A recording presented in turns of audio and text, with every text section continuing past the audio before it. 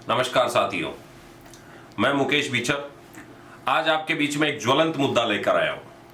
कल शाम को एक प्रेस कॉन्फ्रेंस होती है और उस प्रेस कॉन्फ्रेंस में भारत का मान और सम्मान बढ़ाने वाली गांव देहात की बेटी, एक गरीब किसान परिवार की बेटी साक्षी मलिक संन्यास की घोषणा करती है, रेसलिंग से संन्यास की घोषणा करती है। वो संन्यास की घोषणा केवल और केवल साक्षी मलिक के संन्यास की घोषणा नहीं है, वो केवल एक बेटी की घोषणा नहीं है, वो उन बहुत सारे उम्मीदों की संन्यास की घोषणा है जो आगे भविष्य में रेसलिंग में अपना भविष्य बनाना चाहते थे। देखिए, राजनीति अपनी जगह है, हर आदमी अपनी अपनी राजनीतिक रोटियां सेकते हैं, वो अपनी जगह है। लेकिन अगर इस प्रकार से हमारी प्रतिभाओं को कुचला और दबाया जाएगा तो शायद मेरे हिसाब से आगे आने वाले दिनों में एक बहुत बड़ा विस्फोट होने वाला है। ये अभी का जो चुप्पी है, अभी की जो शांति है, मुझे बहुत बड़ी सुनामी की आहट इसके पीछे लग रही है। और जो भी लोग इस पर राजनीति करना चाहते हैं, उन लोगों से मेरा कहना है कि आप अगर इन बहन बेटियों पर राजनीति करेंगे तो शायद मेरे हिसाब से इससे बड़ा दुर्भाग्य इस भारत का कुछ और होने वाला नहीं है। राजनीति करिए, राजनीति करने के मुद्दे बहुत होते हैं। आप याद रखिए, मेरे हिसाब से 28 या 29 जनवरी 2021 का वो दिन, 28 या 29 या 30 जनवरी होगा, जिस वक्त रात की 10 बजे एक किसान कौम का बेटा जब अपने आंखों में आंसू लेकर आता है और वो आंसू एक ऐसी सुनामी लेके आते हैं कि वो 3 काले कानूनों को वापस करवा सकते हैं। तो सोचिए, जब एक किसान परिवार की बेटी अगर उसके आंसू आए हैं तो वो किस प्रकार की क्रांति और किस प्रकार की सुनामी लेके आएगी। ये मेरा उन लोगों को जिनका खून ठंडा हो चुका है, जो बजरंग पूनिया की हार के ऊपर खुश हो रहे थे, उन लोगों को मुझे कहना है कि एक बार आप मैदान में उतर के देखिए कि मैदान में जाकर भारत के लिए ओलंपिक, एशियाई गेम्स या कॉमनवेल्थ गेम्स में जो पदक लाना है वो कितना मुश्किल होता है।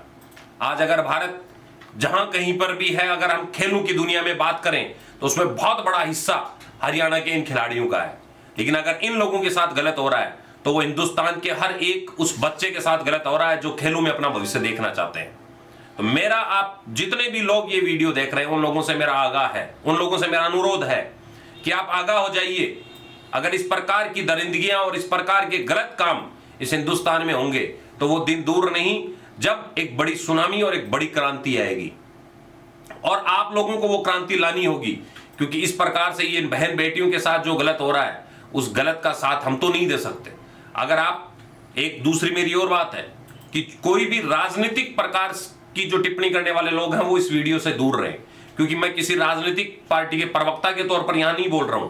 मैं ना किसी राजनीतिक पार्टी का प्रवक्ता हूं, मैं उस एक शिक्षक के तौर पर बोल रहा हूं जो हम जब बच्चों को पढ़ाते हैं तब हम ये चाहते हैं कि हमारे बच्चे आगे बढ़ें, हमारे बच्चे राजस्थान का, हिंदुस्तान का, अपने गांव देहात का नाम रोशन करें।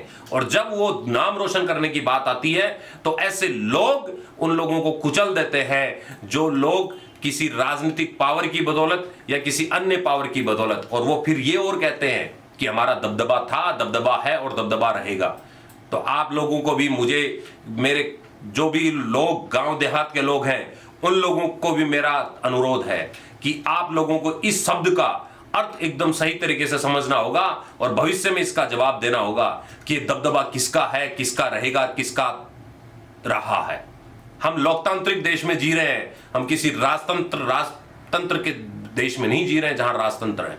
हमारे यहां लोकतंत्र है, और लोकतंत्र में यदि इस प्रकार की घटिया हरकतें होंगी तो ये बड़ी बात नहीं है कि भविष्य में, आज तो वो साक्षी मलिक के साथ हुआ है, आज तो वो विनेश फोगाट के साथ हुआ है, आज तो वो बजरंग पूनिया के साथ हुआ है, हो सकता है कल वहां आपकी बेटी, आपका बेटा हो।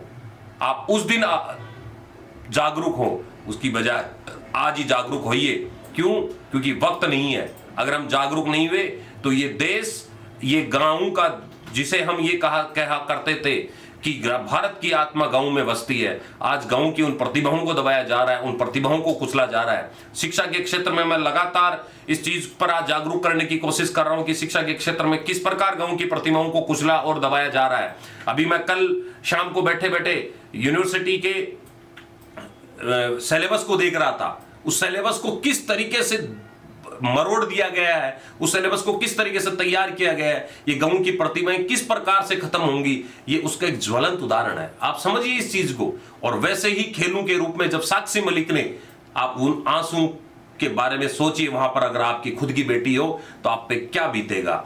एक बार उन आंसू को, एक बार उसका वो प्रेस कॉन्फ्रेंस, उसका एक बार वो वीडियो जरूर देखें और उसके बाद में आप मनन करिए कि इस देश में क्या हो रहा है और क्या नहीं हो रहा है। आगे हम फिर मिलेंगे।